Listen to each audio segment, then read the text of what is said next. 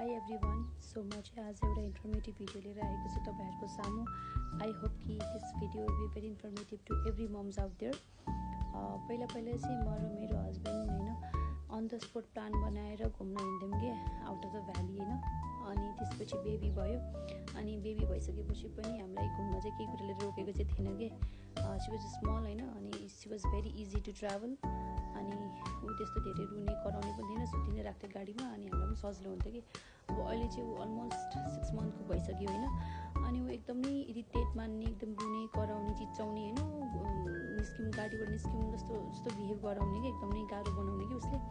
अब त्यस्तो गाह्रो त हैन but when she feels very irritated के।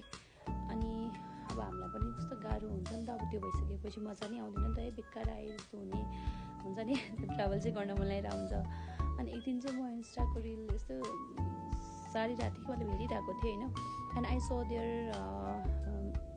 स्पाइनर टोय हैन, मामा माछा नेपालबाट आई गेस हैन। अनि त्यसपछि स्पाइनर टोय देखेको थिएँ। अनि त्यो चाहिँ कस्तो हुन्छ भने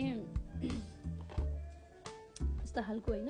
अनि यो चाहिँ तपाईले हुन्छ नि गाडीहरुको सिसामा अब एभ्रीवेयर तपाईले टाल्न मिल्छ कि सिसामा मात्र नि एभ्रीवेयर तपाईले जहाँ ट्राभल गर्नुहुन्छ यो लिएर जान सक्नुहुन्छ। इट्स भेरी पकेट फ्रेन्डली हैन। अनि बेबीहरुको पनि मन के भन्छ मन भुलाउन मिल्ने हैन। रोयो भने सो घुमाइदिने, दे आर ह्याप्पी। सो अनि मैले पनि अर्डर गरेँ। अनि त्यसपछि मैले पनि त्यसरी नै गाडीमा टासेँ हैन। अनि इट वाज भेरी इजी, सजिलो पनि भयो। अनि अब सो यो त कस्तो हुन्छ। अनि यो चाहिँ यो यसरी टान्ने अनि यस्तो गरिसकेपछि बेबीहरु सजिलो भयो नि त ट्राभल गर्दाखेरि हेर्नुलाई। अनि त्यसपछि भएपछि सिल इन्जोय हुन्छ, रमाइलो पनि हुन्छ।